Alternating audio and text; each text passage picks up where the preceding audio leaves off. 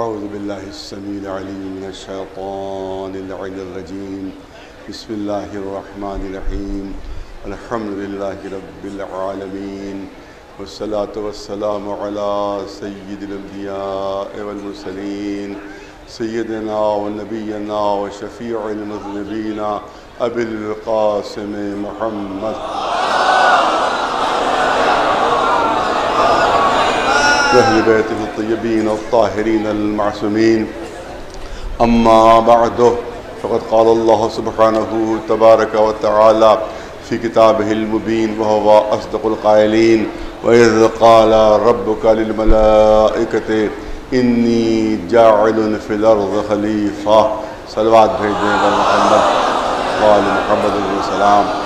اس سلسلے کی ظاہری آخری مجلس ہے اور بہت سے مطالب اور بہت سی چیزیں جو ہیں وہ رہ گئی ہیں جو بیان نہیں ہو سکیں، اور ظاہر ہے کہ ایک مجلس میں اب تمام باتیں بیان نہیں ہو سکتی، لہٰذا صرف چند اشارے ہیں جو کرنا ہے۔ فرمائشیں بھی بہت ہیں، ظاہر گل فرمائشوں کو پورا کرنا بھی میرے لیے مشکل ہے۔ پہلی بات جو ابھی برادرم شکیل نے کہی کہ واقعی ہمارے نوجوانوں نے ڈسپلن کا ایک بہت عظیم مظاہرہ کیا اور بہترین ڈسپلن کے ساتھ وہ کل کا جلوس اٹھا جو ایک یادگار بے انتہا شاندار، خاص طور سے جب بڑے امام باڑے کے سامنے سے جلوس گزر رہا تھا تو وہ ایسا تاریخی منظر تھا کہ جو بھلا نہیں سکتا، کوئی بھلا نہیں سکتا۔ امام باڑے کے سامنے سے وہ شان و شوکت تھی جلوس کی، لیکن بہرحال اسی نے سمجھنا چاہیے کہ ہم اپنا حق اپنا چھوڑ رہے ہیں، ہمارا حق وہ باقی ہے پہلے کا۔ اس سلسلے میں ہم اپنی لڑائی ضرور لڑیں گے اور اس سلسلے میں کوشش کریں گے کہ ہمارا وہ پہلے کا حق جو ہے وہ ہمیں واپس مل جائے۔ لیکن کہنے کا مطلب یہ ہے کہ جلوس کی شان میں کوئی کمی الحمدللہ نہیں آئی۔ ایک صلوات بھیج دے بر محمد وآل محمد۔ ظاہر ہے کہ اتنے پرچے مجھے دے دیے جاتے ہیں کہ 10 منٹ تو اسی میں نکل جاتے ہیں، بڑی مشکل ہو جاتی ہے میرے لیے۔ سورہ فاتحہ بھی ہے، مرزا مبارک حسین صاحب نے، مرزا غلام حسین صاحب اور جتنے بھی مومن مومنات ہیں مرحوم، اور جو بھی پچھلے سال ان مجلسوں میں شریک تھے اور آج اس مجلس میں موجود نہیں ہیں، دنیا سے رخصت ہو چکے ہیں، اور جو مومنین اور جو حضرات بھی اس حسینی میں مدفون ہیں، اور جملہ مومن و مومنات، ان سب کی روحوں کے صالح ثواب کے لیے ایک مرتبہ سورہ حمد اور 3 مرتبہ سورہ توحید تلاوت فرما دیں۔ ایک صلوات بھیج دے بر محمد وآل محمد علیہ السلام۔ ظاہر ہے کہ 10 منٹ اسی میں گزر گئے ہیں، بہت کم وقت میرے پاس رہ گیا ہے کہ میں آپ کے سامنے کچھ عرض کر دوں۔ میں نے عرض کیا تھا 6 امام بن جعفر صادق، چند جملے عرض کرنا چاہتا ہوں کہ آج دنیا میں جو کچھ بھی سائنس نظر آ رہی ہے وہ طفیل ہے ہمارے اسی امام کا۔ آج جتنے بھی نظریات سائنس کے ہیں اس کی بنیاد ڈالی ہمارے 6 امام، اور آج کے سائنسداں حیران ہے کہ آج سے 1350 سال پہلے ایک شخص کو کہ جس کے پاس نہ سائنس کی کتابیں تھیں، نہ اس زمانے میں کوئی سائنس تھی، نہ سائنس کا کوئی علم تھا، اتنی سائنسی معلومات کہاں سے حاصل ہو گئی؟ ایسے علم کہاں سے حاصل ہو گئے؟ اس زمانے میں نظریہ بطلیموس کا نظریہ تھا کہ سب جتنے بھی ستارے ہیں، جتنے بھی سیارے ہیں، جتنا بھی سورج ہے، یہ سب زمین کے گرد چکر لگا رہا ہے، یہ سب زمین کے گرد چکر لگا رہے ہیں، اور یہی نظریہ توریت میں آ گیا، یہی نظریہ انجیل میں آ گیا، کیونکہ اس زمانے میں یہی نظریہ معروف تھا۔ لیکن پہلی مرتبہ 6 امام جعفر صادق علیہ السلام اس نظریے کو چیلنج کیا، پہلی مرتبہ۔ یہ آج گلیلیو نے نہیں بتایا ہے، یہ آج کے سائنسدانوں نے نہیں بتایا ہے، آج سے 1350 سال پہلے ہمارا امام بتا چکا ہے کہ زمین کے گرد یہ سب سیارے گردش نہیں کر رہے ہیں، بلکہ زمین سورج کے گرد گردش کر رہی ہے۔ یہ نظریہ آج کے سائنسدانوں کا نہیں ہے، یہ ہمارے امام کا نظریہ ہے جو آپ پیش فرما چکے ہیں۔ پہلے زمانے میں ارسطو نے جو نظریہ پیش کیا تھا کہ صرف 4 ایلیمنٹس ہیں، صرف 4 عناصر ہیں، ہوا، پانی، مٹی اور آگ، یہ 4 عناصر ہیں، ایلیمنٹس کو کہتے ہیں کہ ان کے ذریعے سے ہر چیز کی خلقت ہوئی ہے۔ انسان کی خلقت بھی انہی 4 چیزوں سے ہوئی ہے۔ پوری کائنات میں جتنے بھی مخلوقات ہیں ان کی خلقت انہی 4 چیزوں سے ہوئی ہے۔ امام نے پہلی مرتبہ بتایا کہ نہیں 4 ایلیمنٹ نہیں ہے، بلکہ ہر ایلیمنٹ میں بہت سے ایلیمنٹ شامل ہیں۔ زمین میں پتہ نہیں کتنے ایلیمنٹس ہیں، مٹی میں کتنے ایلیمنٹس جو شامل ہیں۔ اسی طرح سے پہلے سمجھا جاتا تھا کہ ہوا جو ہے وہ بسیط ہے، بالکل وہ مجرد ہے، اس میں کوئی بھی چیز شامل نہیں ہے۔ یہ امام نے بتایا کہ نہیں، وہ 2 گیسوں سے مل کر بنی ہے، وہ 2 گیسوں سے مل کر بنی ہے۔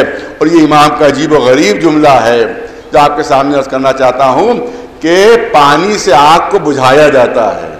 کہیں آگ لگ جاتی ہے تو پانی کا انجن آتا ہے اور وہ آگ کو بجھاتا ہے، لیکن امام نے 1350 سال پہلے اعلان فرمایا کہ زمانہ اتنا ترقی کرے گا کہ اسی پانی کے ذریعے سے آگ لگ سکتی ہے، اسی پانی کے ذریعے سے آگ لگ سکتی ہے، کیونکہ یہ 2 گیسوں سے مل کر بنا ہے۔ جب 2 گیسیں الگ کر دی جائیں گی تو ان 2 گیسوں سے اتنی آگ پیدا ہو جائے گی کہ جو اس آگ سے 100 گنا 1000 گنا زیادہ قوی و طاقتور ہوگی۔ یہ 1350 سال پہلے امام ارشاد فرما چکے ہیں۔ اسی طرح سے دوربین کا نظریہ بھی امام نے پیش فرمایا تھا۔ اسی طرح سے امام نے ارشاد فرمایا کہ خلقت کیسے ہوئی ہے۔ آپ نے ارشاد فرمایا کہ پہلے ایک جرثومہ پیدا ہوا، اس جرثومے کے اندر 2 قطب تھے کہ جو ایک دوسرے کے اگینسٹ جو ہے وہ چکر لگا رہے تھے، اسی سے ذرات پیدا ہوئے، اسی ذرات سے پوری کائنات کی خلقت ہوئی ہے۔ اس کا نام ہے ایٹم، اس ذرے کا نام ہے ایٹم۔ آپ مولانا ایٹم نہیں کہا تھا بلکہ ذرہ کہا تھا، اور اس میں کہا تھا 2 طاقتیں، ایک مثبت ایک منفی ہے جو اس میں موجود ہے۔ اور اس کے بعد جو بالکل آج کی سائنس کہہ رہی ہے وہ امام نے 1350 سال پہلے کہا کہ انہی ذرات کی جہاں جہاں ترتیب بدلتی جاتی ہے تو خلقت بدلتی جاتی ہے۔ تو آج کے سائنسداں جن چیزوں کو بیان کر رہے ہیں آج سے 1350 سال پہلے ہمارے امام وہ تمام چیزیں بیان کر چکے۔ نہ یورپ نے ایجادات کی، نہ امریکہ نے ایجادات کی، نہ جرمنی نے، نہ فرانس نے، بلکہ یہ امام کے خزانے سے چرائے ہوئے فارمولے ہیں کہ جن پر آج یورپ والے فخر کر رہے ہیں، آج انگریز فخر کر رہے ہیں۔ صلوات بھیجیں بل محمد والے۔ اب سوال یہ پیدا ہوا، اب سائنسداں اپنے لحاظ سے اس کی تشریح کریں گے، مذہبی لحاظ سے تو تشریح کریں گے نہیں۔ وہ ہمارا تو عقیدہ یہ ہے کہ اللہ کی طرف سے علوم حاصل ہوئے ہیں، ہمارا عقیدہ تو یہ ہے کہ علم لدنی ہو، علم وہابی ہے، مگر سائنسداں تو مانتے نہیں، وہ تو اپنے لحاظ سے تشریح کریں گے۔ تو انہوں نے ایک تشریح کی ہے جو میں آج کے بچوں اور جوانوں کے سامنے پیش کرنا چاہتا ہوں۔ ان کی تشریح یہ ہے، ان کی توضیح یہ ہے، ان کا جسٹیفیکیشن یہ ہے کہ آج سے 1300 سال پہلے یہ آخر اتنے علم حاصل کیسے ہو گئے۔ تو ان کا جسٹیفیکیشن یہ ہے کہ انسان کا جسم جو سیلز سے بنا ہوا ہے، یہ سیلز بہت قدیم ہے جس سے انسان کا جسم بنا ہوا ہے، انہی سیلز ہی میں ہر چیز کا علم موجود ہے۔ بہت توجہ رہے، انسان کا جسم جن سیلز سے بنا ہوا ہے، انہی سیلز میں ہر چیز کا، پوری کائنات کا علم موجود ہے انہی سیلز میں، پوری کائنات کا علم انہی سیلز میں موجود ہے، مگر ہر ایک کو ان علوم کا احساس نہیں ہو پاتا، ہر ایک کو ان علوم کا ادراک نہیں ہو پاتا، کیونکہ انسان کے پاس 2 قسم کے شعور ہیں، ایک شعور ظاہری ہے، ایک شعور باطنی ہے۔ ایک ظاہری شعور ہے اور ایک باطنی شعور ہے۔ جن کا باطنی شعور جتنا زیادہ قوی ہوتا جاتا ہے، ان کو ذرات و سیلز کا علم ان کو زیادہ سے زیادہ حاصل ہوتا چلا جاتا ہے، زیادہ سے زیادہ ان کا علم حاصل ہوتا جاتا ہے، کیونکہ عام انسانوں کے درمیان توجہ ہے ان کے شعور میں اور جو ذرات کے اندر شعور ہے اس میں ایک حجاب موجود ہے، ایک پردہ موجود ہے کہ جس کی وجہ سے عام انسانوں کو یہ علم حاصل نہیں ہو پاتا، لیکن جو امام ہوتا ہے، جو نبی ہوتا ہے، جو پیغمبر ہوتا ہے، ان کے یہاں درمیان سے یہ حجاب ہٹ جاتا ہے، درمیان سے پردہ ہٹ جاتا ہے. لہذا جو بھی شعور باطنی کا علم ہے وہ سب امام کو حاصل ہو جاتا ہے. اس کی مثال یہ ہے کہ بعض انسانوں کو بھی شعور باطنی ہلکا سا حاصل ہو جاتا ہے، اسی لیے خواب میں ان کو ایسی باتیں نظر آ جاتی ہیں جو عام انسانوں کو نظر نہیں آتی. جو عام انسانوں کو بعض راز جو ہیں وہ خواب کے ذریعے معلوم ہوتے ہیں. کہ خواب کیا چیز ہے؟ کہ اس کو ہی کو شعور باطنی کہتے ہیں. اسی کو شعور باطنی کہتے ہیں کہ جس کے ذریعے سے انسان کو بعض چیزیں ایسی حاصل ہو جاتی ہیں جو عام انسانوں کو حاصل نہیں ہو پاتی. لیکن امام اور پیغمبر وہ ہوتے ہیں کہ جن کا شعور نہائی سب سے زیادہ گہرا ہوتا ہے، سب سے زیادہ عمیق ہوتا ہے. لہذا ان کے پاس کائنات کا ہر علم ہوتا ہے. کائنات کا ہر علم کے پاس ہوتا ہے کیونکہ ان کے حجاب ہٹ چکے ہوتے ہیں. اس کے لیے ہم یہ مثال دے سکتے ہیں، بہت توجہ رہے کیونکہ بات تھوڑی سی گہری اور عمیق ہے، لہذا اس کے لیے مثال دے سکتے ہیں کہ جب جبریل نازل ہوئے اور رسول اللہ سے فرمایا کہ پڑھیے، رسول اللہ سے کہا پڑھیے، تو رسول نے کہا میں تو لکھنا پڑھنا نہیں جانتا. اب روایت کہتی ہے کہ جبریل نے ذرا زور دے کر کہا کہ حکم الہی یہ ہے کہ پڑھیے. ارے توجہ رہے، حکم الہی ہے پڑھیے. جیسے ہی جبریل نے جملے ادا کیے کہ حکم الہی ہے پڑھیے آپ، تو اب علماء کہتے ہیں کہ جتنے حجابات درمیان میں تھے وہ سب رسول کے سامنے سے ہٹ گئے اور کائنات کا ہر علم رسول کے سامنے ظاہر ہو گیا. ایک صلوات بھیجے محمد والے.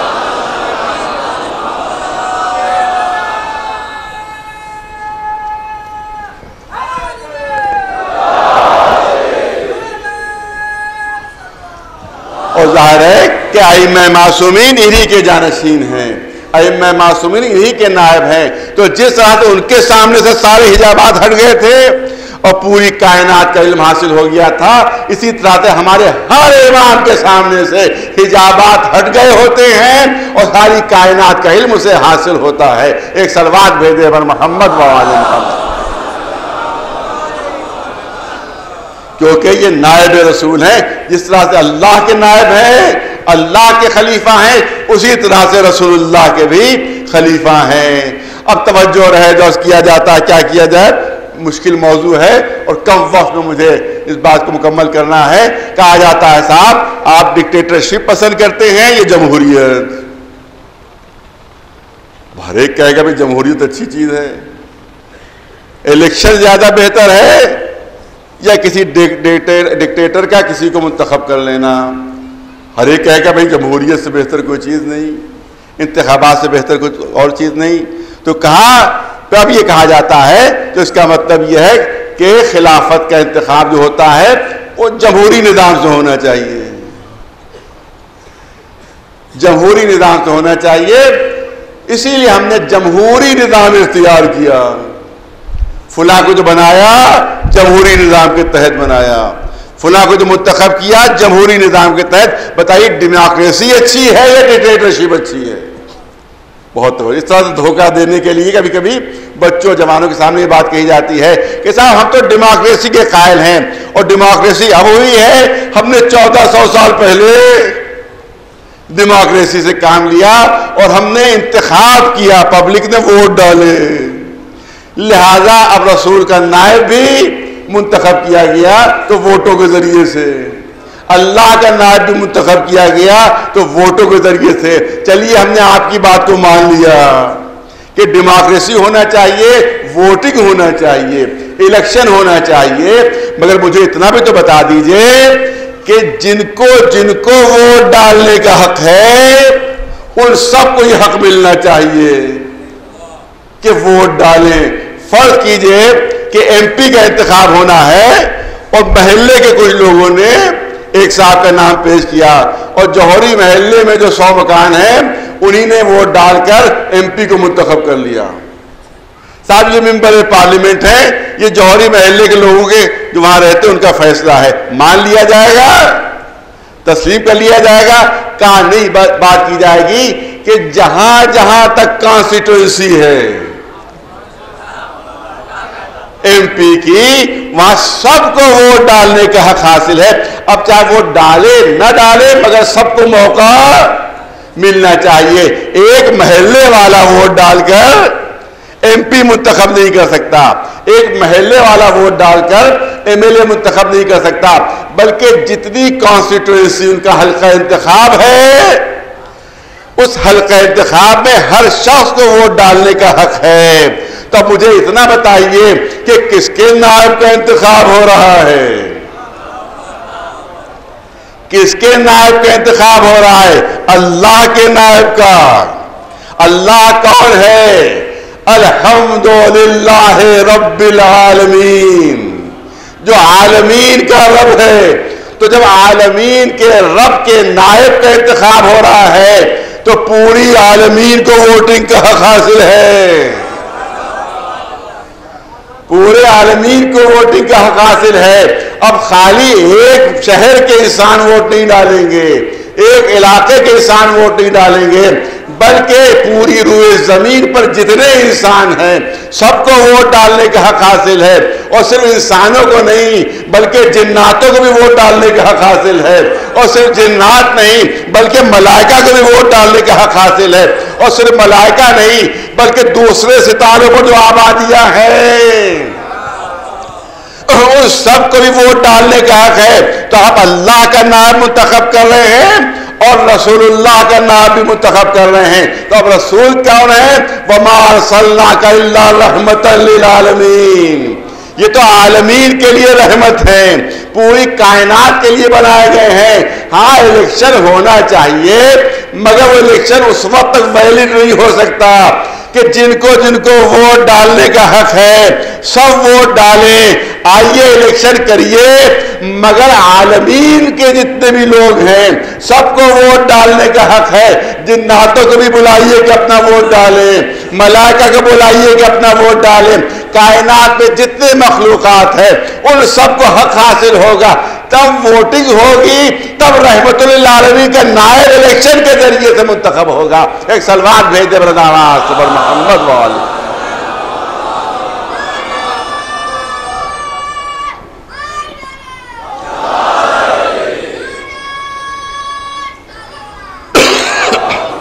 اب ظاہر ایک بڑی مشکل ہو رہی میرے لیے.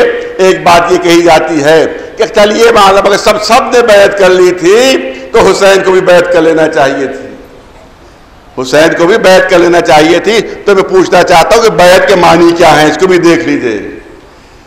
بیعت بنائے مبایعہ سے جس میں دو لوگوں کا ہونا ضروری ہے, ایک بیعت کرنے والا ایک بیعت لینے والا, ایک بیعت کرنے والا ایک بیعت لینے والا.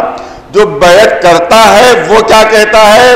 میری جان آپ کے حوالے, میرا مال آپ کے حوالے, میری اولاد آپ کے حوالے, میری زندگی آپ کے حوالے, میرا نفس آپ کے حوالے, سب کچھ اس کے حوالے کر دیتا ہے کہ جس کی بیعت ہوتی ہے. تو مبایعہ ہے, بیع سے ہے. بیع میں معاملہ ایک طرفہ نہیں ہوتا. توجہ رہے, ہم جب جاتے ہیں کوئی چیز خریدنے تو ہم کچھ دیتے ہیں, جواب میں وہ دکاندار ہمیں کچھ دیتا ہے. اس کو کہتے ہیں مبایعہ, اس کو کہتے ہیں بیع. تو اس کا مطلب بیع میں کچھ دینا ہوتا ہے, کچھ جواب میں بدلے میں لینا ہوتا ہے. جو بیعت کرتا ہے وہ اپنی جان سپرد کر رہا ہے, اپنا نفس سپرد کر رہا ہے, اپنی اولاد, اپنا مال, یہ سب ہم آپ کے سپرد کرتے ہیں. تو اب بدلے میں اسے بھی تو کچھ دینا ہے, بدلے میں اسے بھی تو کچھ دینا ہے. تو جس کی بیعت, جو بیعت لیتا ہے وہ کہتا ہے اس کے بدلے میں ہم آپ کی نجات کے ضامن ہیں. ارے توجہ رہے, اس کے بدلے میں ہم آپ کی جنت کے ضامن ہیں. بدلے میں جنت ملے گی آپ کو, بدلے میں ہم نجات کے ضامن ہیں. تو جو نجات کے محتاج ہوتے ہیں وہ کسی کی بیعت کرتے ہیں, جو نجات کے محتاج ہوتے ہیں وہ کسی کی بیعت کرتے ہیں. مگر جو خود کشتی نجات ہو وہ کسی کی بیعت نہیں کرے گا, پوری دنیا اس کی بیعت کرے گی. جو کشتی نجات ہو اور جس کو جنت کی ضمانت دی جاتی ہے وہ بیعت کرتا ہے. یعنی جس کے جانے میں شک ہوتا ہے، جس کو اپنے جنت میں جانے میں شک ہوتا ہے، وہ ضمانت لیتا ہے کہ ہم تمہیں جنت بھیجیں گے، پر اسی بنیاد کے اوپر بیعت ہوتی ہے۔ مگر جو خود سردار جنت ہو، جو خود مالک جنت ہو، وہ جنت بانٹنے والا ہے، کسی سے لینے والا نہیں ہے۔ ایک صلوات بھیجے بلند آواز سے بر محمد والے۔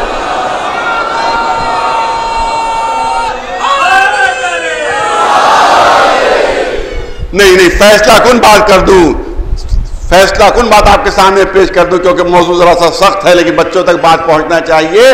مال اللہ کا ہے، توجہ رہے، زندگی اللہ کی ہے، اولاد اللہ کی عطا کردہ ہے، یہ سب تو ہمارے پاس امانت ہے اللہ کی، ہم کیسے کسی دوسرے کو دے سکتے ہیں؟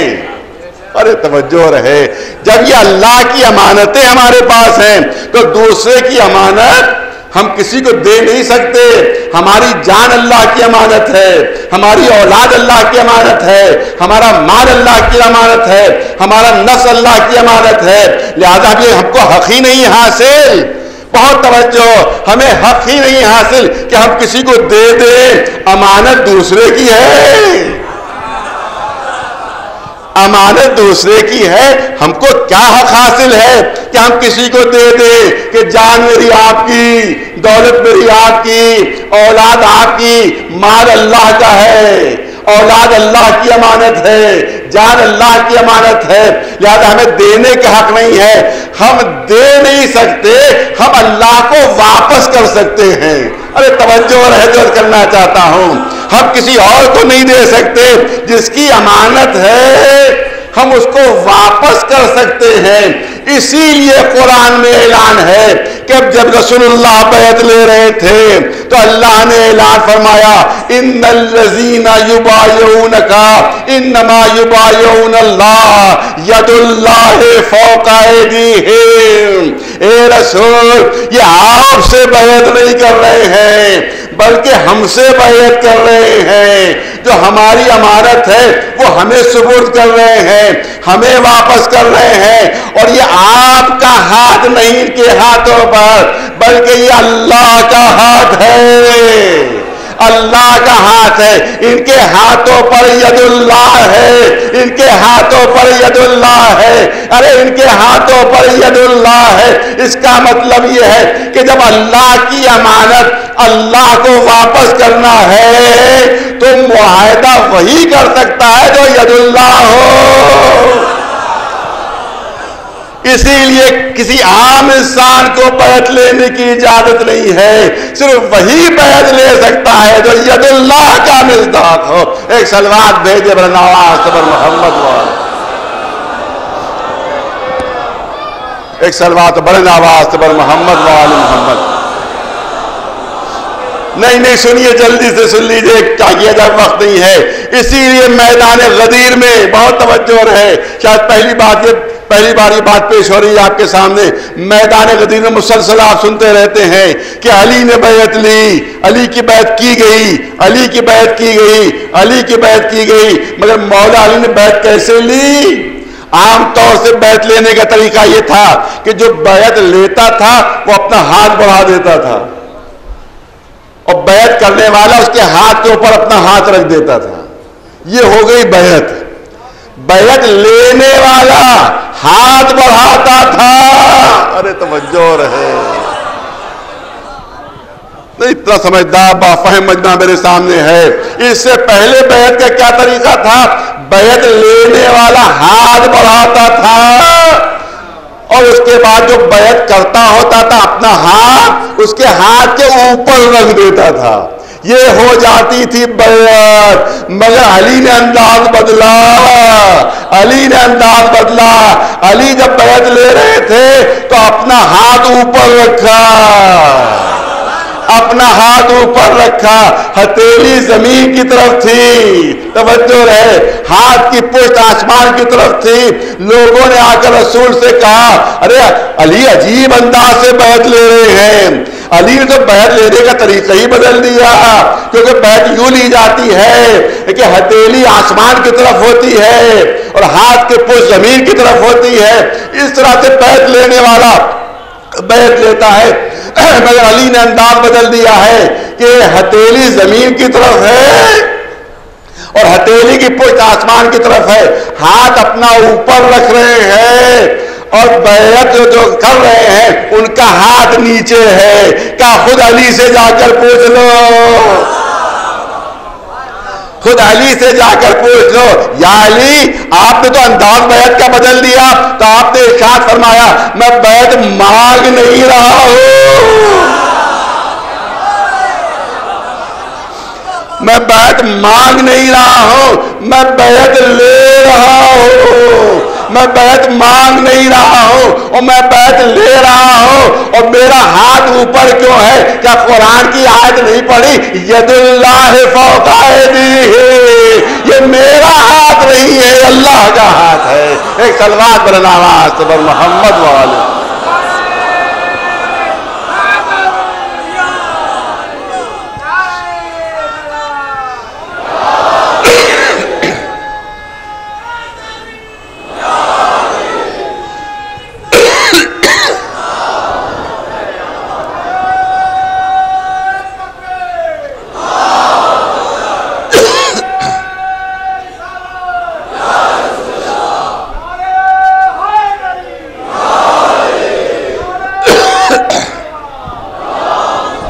بچوں جوانوں کے لیے زیادہ گفتگو ہوتی ہے تاکہ بات ان تک پہنچ سکے، لہذا آخری پہلو اس کا عرض کرنا چاہتا ہوں۔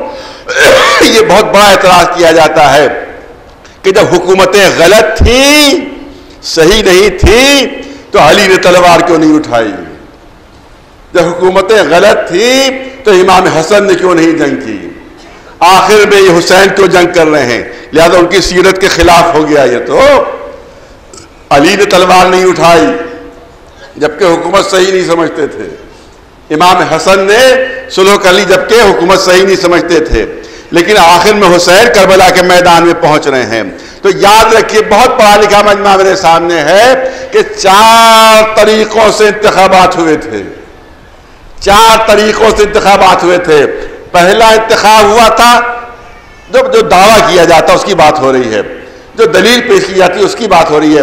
پہلے انتخاب میں دلیل دی جاتی ہے اجماع ہوا تھا، تو اگر علی اس وقت تلوار اٹھا لیتے تو اجماع تو قتل ہو جاتا مگر بات کی وصیت باقی رہتی۔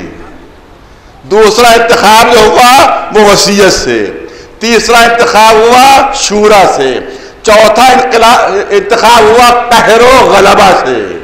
پوری توجہ، 4 طریقے انتخاب، یہ 4 طریقے انتخاب یعنی جو منتخب ہوتا جا رہا تھا اس کو ویلیڈیٹی دیتی جا رہی تھی پبلک،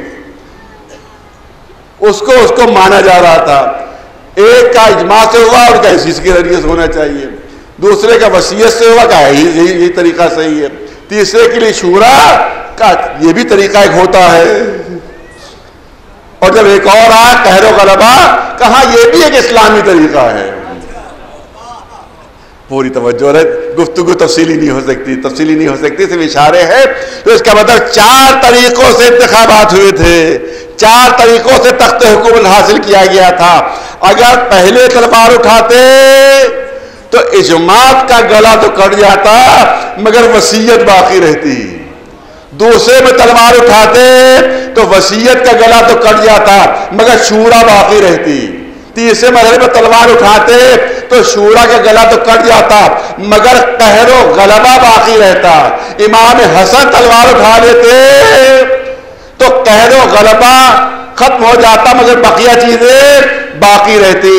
بس توجہ رہے، اسی لیے امام حسین نے یزید کے خلاف تلوار اٹھائی، کیونکہ یزید کا دعویٰ تھا کہ میرے لیے اجماع بھی ہے، میرے لیے باپ کی وصیت بھی ہے، میرے لیے شورا بھی ہے، مجھے قہر و غلبہ بھی حاصل ہے۔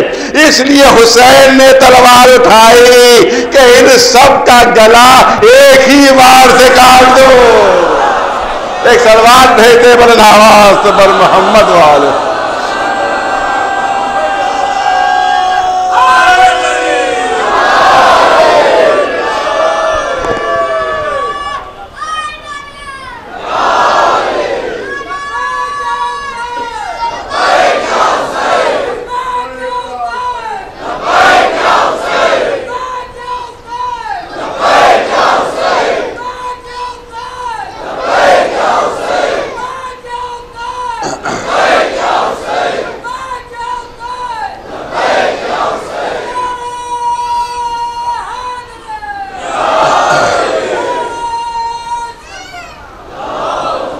مجھ سے بار بار فرمائش ہو رہی ہے، وہ فرمائش یہ ہو رہی ہے کہ 2 محرم کو میں نے عزاداری کے سلسلے میں کچھ جملے کہے تھے.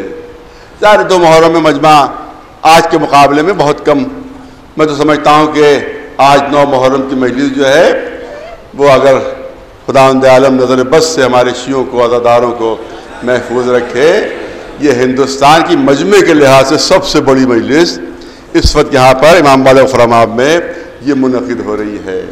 اور 2 محرم کو، پہلی محرم کو جو عزاداری کے سلسلے میں گفتگو ہوئی تو اس میں ظاہر ہے کہ مجمع کم تھا، لہٰذا بار بار مجھ سے فرمائش، بار بار تاکید کہ وہ 2-4 جملے جو اس وقت کہتے ہیں آپ کے سامنے اس وقت بھی پیش کر دوں، کیونکہ اس سے تقریباً 100 گنا زیادہ مجمع آج موجود ہے جو پہلی اور دوسری تاریخ کو موجود تھا.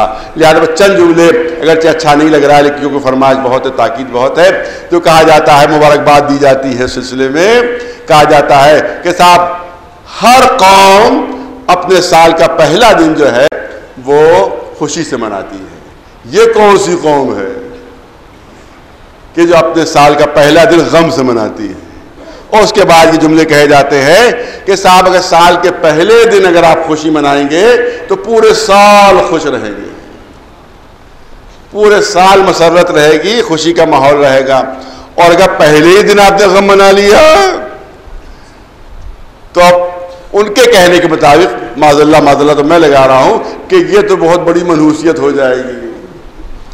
پہلے دن رونے لگے تو پورا سال روتے گزرے گا. لہذا اگر پورا سال آپ کو خوش رہنا ہے تو سال کے پہلے دن خوشی منائیے، سال کے پہلے دن خوشی منائیے تاکہ پورا سال جو ہے وہ مسرت میں گزرے، پورا سال جو ہے خوشی میں گزرے. تو یہاں پر میں نے جملے کہے تھے کہ یہ صرف سال کی ابتدا میں کیوں خیال رکھا جا رہا ہے، یہ سال کی ابتدا میں کیوں خیال رکھا جا رہا ہے؟ یہ خیال تو زندگی کی ابتدا میں بھی رکھنا چاہیے، یہ خیال تو زندگی کی ابتدا میں بھی رکھنا چاہیے. اور کوشش یہ کرنا چاہیے کہ جب بچہ پیدا ہو تو ہنستا ہوا پیدا ہو، جب بچہ پیدا ہو تو ہنستا ہوا پیدا ہو. لیکن عجیب بات ہے، جو آ رہا ہے روتا ہوا،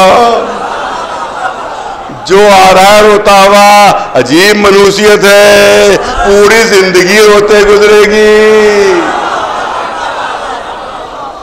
بہت توجہ رہے، عجیب منحوسیت ہے، پوری زندگی روتے گزر جائے گی. کوشش کیجئے کہ ہنستا ہوا بچہ دنیا میں آئے تاکہ پوری زندگی ہنستے ہوئے گزرے، مسرت میں گزرے. یہ کیا بات ہے، جو بچہ آ رہا ہے وہ روتا ہوا، جو بچہ آ رہا ہے وہ روتا ہوا. اگر کوئی بچہ پیدا ہو اور نہ روئے، نہ روئے تو نرس اور ڈاکٹر مار مار کے رلاتے ہیں، نرس اور ڈاکٹر مار مار کے رلاتے ہیں. ارے مار کیوں رہے ہو؟ کہا رو نہیں رہا ہے، رو نہیں رہا ہے. ارے رونا کیوں ضروری؟ کہا اگر روئے نہیں تو پتہ نہیں چلتا زندہ ہے کہ مردہ، زندہ ہے کہ مردہ. اس کا مطلب ہے کہ رونا زندگی کی علامت ہے، رونا زندگی کی علامت ہے. جو قومیں مردہ ہوتی ہیں وہ رونے کی مخالفت کرتی ہیں، جو قومیں زندہ ہوتی ہیں وہ اپنے شہیدوں پر روتی ہیں. ایک سلوات بھیجے اللہ پر محمد والے.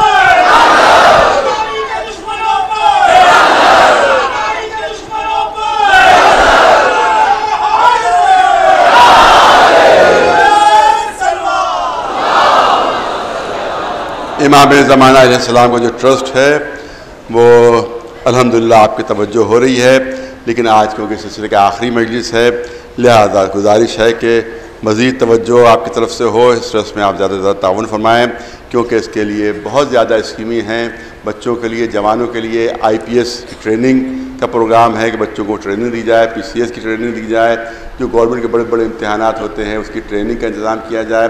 کمپیوٹر سینٹر چل رہا ہے، سلائی سینٹر چل رہا ہے، ایمبولینس چل رہی ہے۔ آپ کا تعاون رہا تو ایک سے زیادہ ایمبولینسیں بھی ہو سکتی ہیں، لہذا امام زمانہ علیہ السلام کے ٹرسٹ میں آپ حضرات جو ہے وہ ضرور تعاون فرمائیں۔ امام باڑہ فرماب کے سلسلے میں عرض کروں کہ یہاں جو آمدنی ہوتی ہے اس سے سامرہ ہاسپٹل جو ہے وہ امام باڑہ ہی کے ذریعے تعمیر کیا ہوا ہے، اور اس کو کرائے پر ہم نے دیا ہے تاکہ یہ کرائے میں اس کی جو تھوڑا جو قرض لیا گیا تھا اس کے پیسے بھی کٹ رہے ہیں۔ انشاءاللہ جب وہ قرض ادا ہو جائے گا تو یہ پوری عمارت امام باڑہ کی ہو جائے گی انشاءاللہ۔ تو بہت بڑا ایک کام ہوا ہے۔ اسی طرح سے 3 بلڈنگیں مدرسے کی تعمیر کی گئی ہیں جس میں درس و تدریس کا کام ہو رہا ہے۔ امام باڑہ میں اندر خواتین کے لیے مدرسہ ہے جس میں بچیاں تعلیم حاصل کر رہی ہیں۔ اسی طرح سے اندر بہترین جو سنگ مرمر نصب ہو رہا ہے اس میں بہت بڑا خرچہ آ رہا ہے۔ اسی طرح سے امام باڑہ کے اندر قبروں کے نشانات بنا دیے گئے ہیں، تو جن حضرات کی وہاں پر اعزاء کی قبریں موجود ہیں وہ آ کر نشاندہی کر دیں تاکہ ان کے نام وہاں کے اوپر اس وقت جو ہے وہ لکھ دیے جائیں۔ لیکن اب بھی بہت سی جائیداد جو ہے وہ غیروں کے قبضے میں ہے جس میں ابھی کئی کروڑ روپوں کی ضرورت ہے۔ اس وقت جو ہمارے پاس امام باڑہ کے بینک میں اکاؤنٹ میں آپ حضرات کی مدد سے جو موجود ہے، اکاؤنٹ میں جو اس وقت موجود ہے وہ 1,08,58,000 روپے موجود ہیں اس وقت امام باڑہ کے اکاؤنٹ۔ وہ سب آپ ہی کے تعاون سے ہوا ہے، آپ ہی حضرات کی مدد سے ہوا ہے، اور انشاءاللہ اور مدد رہی سلسلے میں تو انشاءاللہ ہم یہ پورے امام باڑہ کی جو جائیداد ہے اس کو خالی کروائیں گے۔ اور اب یہ جو زحمت ہوتی ہے کہ لوگ دھوپ میں کھڑے ہوئے ہیں، سڑک پر کھڑے ہوئے ہیں، اگر پوری جائیداد ہمیں مل جائے تو انشاءاللہ پورا مجمع امام باڑہ کے اندر ہی انشاءاللہ آ سکتا ہے۔ صلوات بھیجے بر محمد وآل محمد علیہ السلام۔ ظاہر کہ اب دامن وقت میں گنجائش نہیں، لیکن بہت ضروری امر ہے جو 2 جملے کرنا چاہتا ہوں۔ جو مبارکبادیں دی جاتی ہیں پہلے کو، علماء کے صاحب پہلے سال کی مبارکباد، پہلے دن کی مبارکباد، اسلامی سال شروع ہو رہا ہے مبارک ہو، اسلامی سال شروع ہو رہا ہے مبارک ہو۔ تو میں پوچھنا چاہوں گا کہ یہ بتائیے کہ بار بار سنت رسول، سنت رسول اللہ، سنت رسول اللہ، سنت رسول اللہ بار بار کہا جاتا ہے کہ صاحب ہم سنت کی پیروی کریں گے، ہم سنت کی پیروی کریں گے۔ تو یہ بتائیے کہ سال کے پہلے دن سنت رسول اللہ کیا تھی؟ کیونکہ یہ سال ہجری سال ہے، ہجری سال ہے، ہجری، ہجرت سے، ہجرت کے معنی ہے جدائی، ہجرت میں خوشی نہیں ہوتی ہے، غم ہوتا ہے۔ ہجرت جو ہے، ہجرت ہجر سے بنا ہے، ہجر کے معنی جدا ہو جانا، ہجر کے معنی فراق، ہجر کے معنی جدائی۔ جب کوئی شخص اپنے محبوب سے جدا ہو جاتا ہے تو اس کو کہا جاتا ہے ہجر، اور اسی ہجر سے ہجرت بنا ہے۔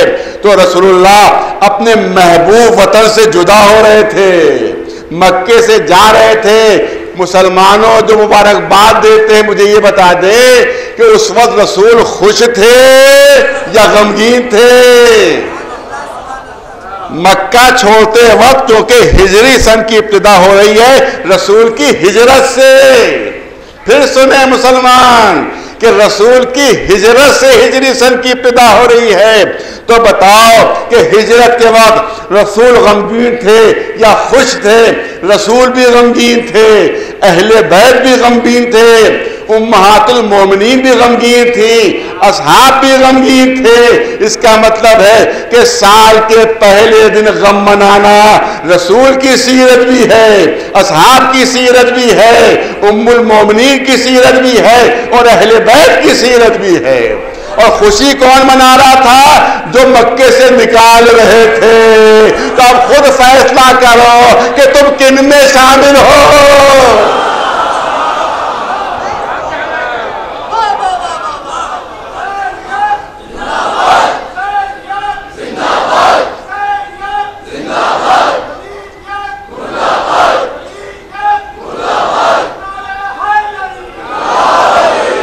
رسول کے دشمن خوش تھے۔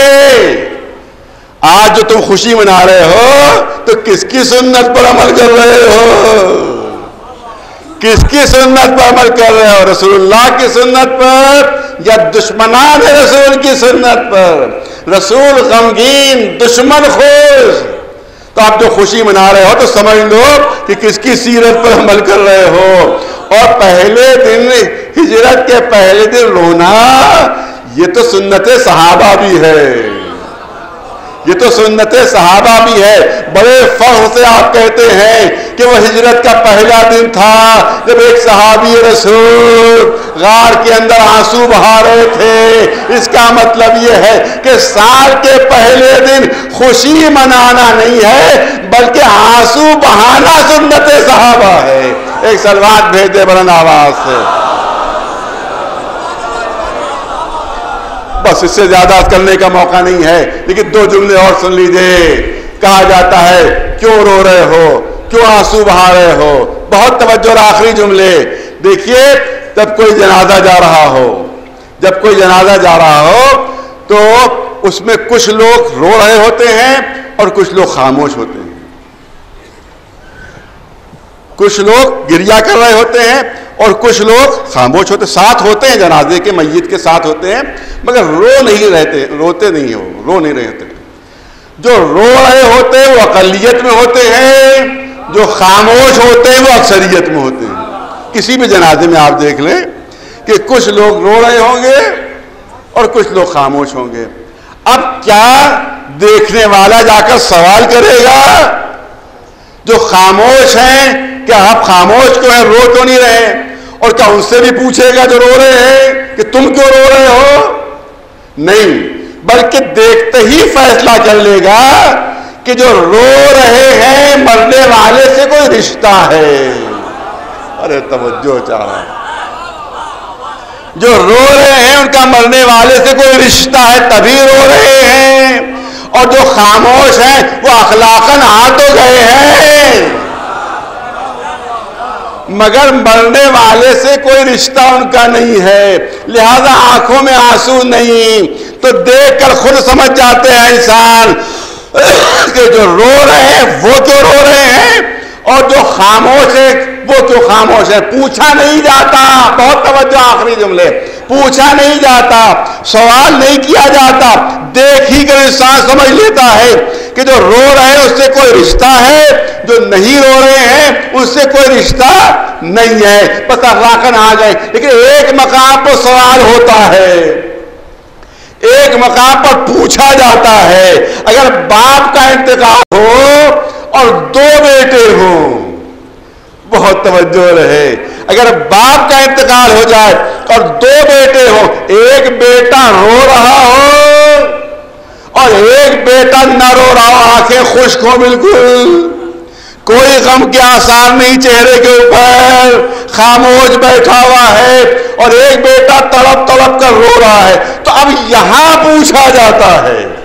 ارے توجہ رہے، یہاں سوال ہوتا ہے، ارے دونوں بیٹے ہیں، ارے دونوں سگے بیٹے ہیں، ایک بیٹا تڑپ تڑپ کر رو رہا ہے، دوسرا بیٹا بالکل خاموش، آنکھیں خشک، چہرے پر کوئی غم کا اثر نہیں. اس وقت سوال کرنے والا سوال کرتا ہے کہ ایک بیٹا تو رو رہا ہے، اس سے نہیں پوچھا جاتا جو نہیں رو رہا ہے. جو نہیں رو رہا ہے اس سے سوال ہوتا ہے کہ یہ کیوں نہیں رو رہا ہے، یہ کیوں نہیں رو رہا ہے، اس کی آنکھیں کیوں خشک ہیں. تو جو جانتے ہیں وہ چپکے سے جواب دیں گے، کان میں، وہ کان میں جواب دیں گے، ارے یہ بیٹا جو نہیں رو رہا ہے یہ باپ کا نافرمان بیٹا ہے، یہ باپ کا نافرمان بیٹا ہے. باپ اپنی زندگی ہی میں اس کو آ کر چکا ہے، لہذا اب یہ روئے تو کیسے روئے، رسول امت کے باپ ہے،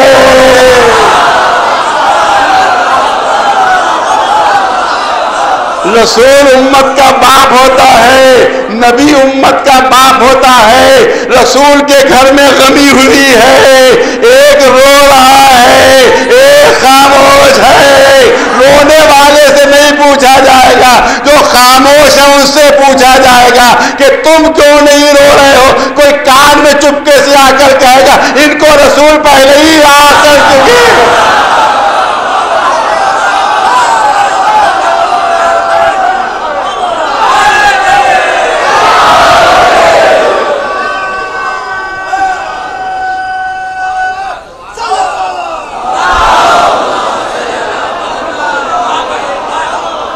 ایک صلوات بلند آواز صبر محمد وآل محمد علیہ السلام.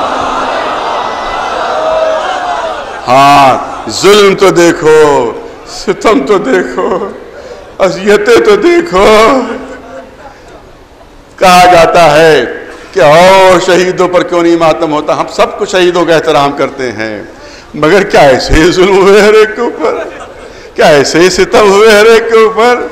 کیا شہدائے بدر اسی طرح سے 3 دن کے بھوکے پیاسے تھے؟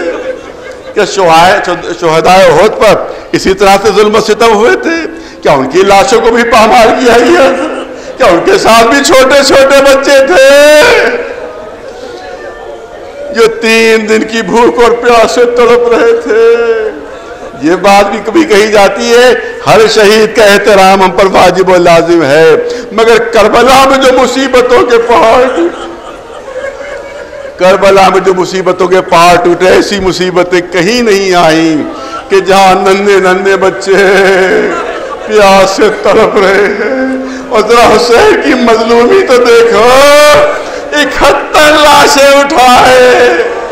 نہیں, شاید یہ بات ابھی تک آپ حضرات تک نہیں پہنچ پائی ہے, کیونکہ آج تک کربلا والوں کی مصیبتوں کی فہرست ہی نہیں بن پائی ہے. آج تک فہرست ہی نہیں بن پائی کہ کون کون سی مصیبتیں پڑی تھی, کون کون سے مصائب کا سامنا کرنا پڑا تھا. بس ایک مصیبت کا پہلو آپ کے سامنے پیش کرنا چاہتا ہوں تو شاید ہمارے بچوں کے لیے نئی بات ہو, اگرچہ کوئی نئی مصیبت نہیں, بیان نہیں کی گئی ہے مصیبت, تو میں پیش کرنا چاہتا ہوں. 71 لاشیں اٹھائے, لیکن قتل گاہ سے اور خیمے گاہ تک تقریباً 3 میل کا فاصلہ. جہاں پر جنگ ہو رہی تھی وہاں سے خیموں تک کا 3 میل کا فاصلہ. آج بھی جا کر آپ دیکھ لیجیے 3 میل کا فاصلہ. اس کا مطلب ہے حسین کو کوئی بھی لاش اٹھانے کے لیے 3 میل جانا پڑتا تھا, 3 میل واپس آنا پڑتا تھا. 6 میل ایک لاش کے لیے بھوکے پیاسے حسین کو.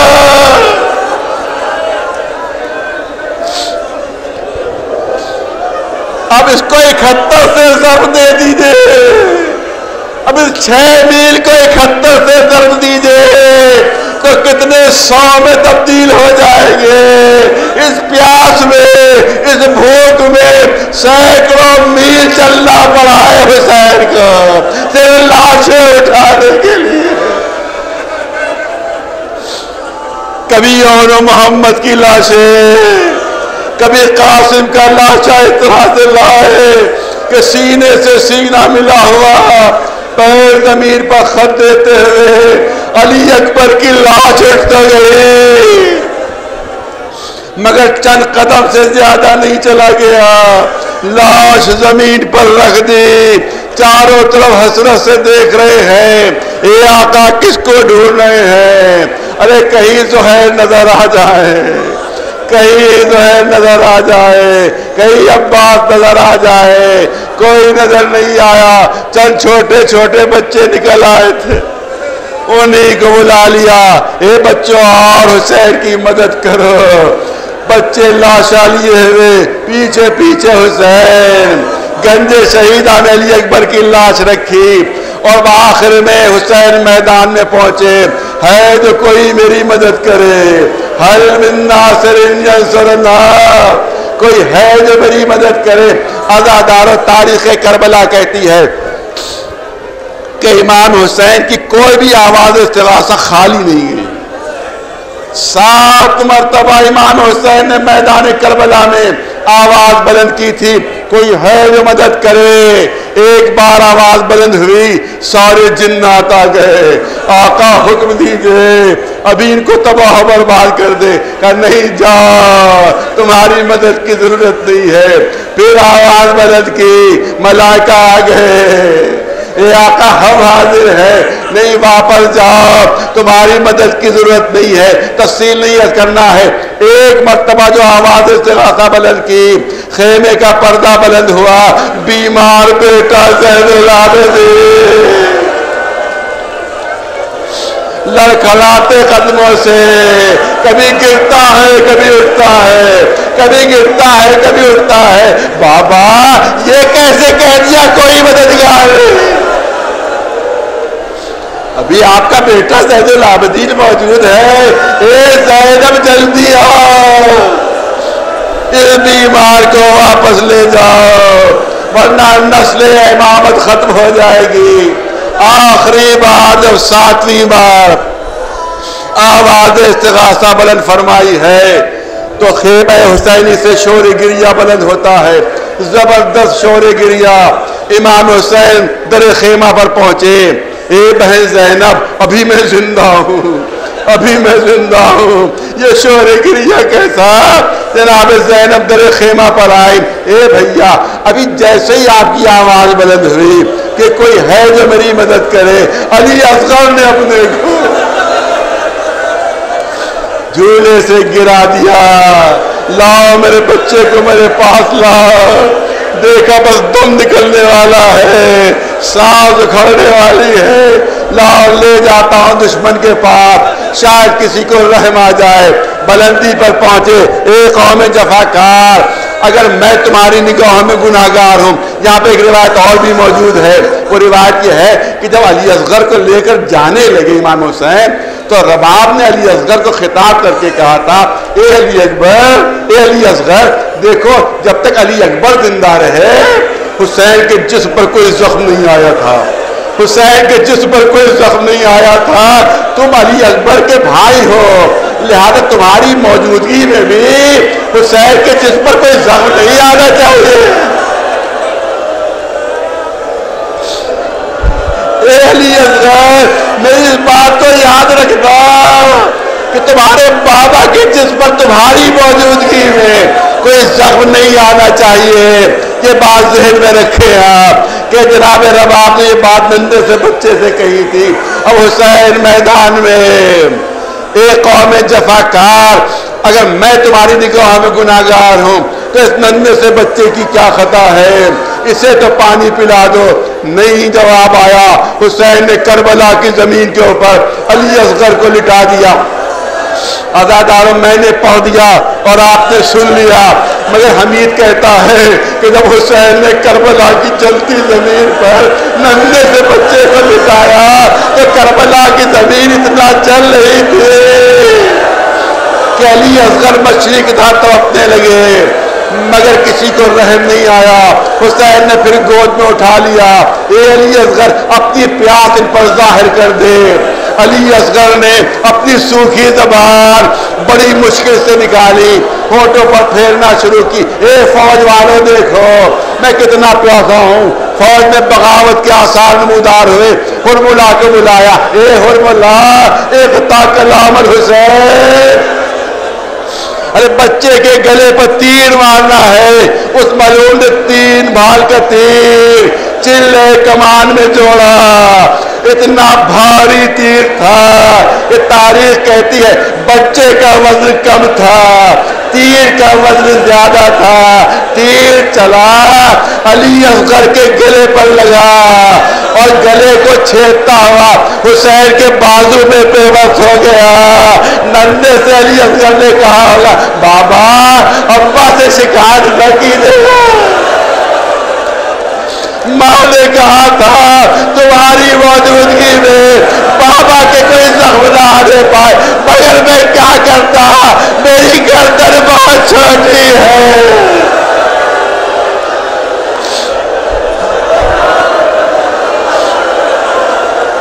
میری گردن بہت نازک اور 3 نوکوں والی تیر. اے بابا آپ کا بازو زخمی ہو گیا. اے بابا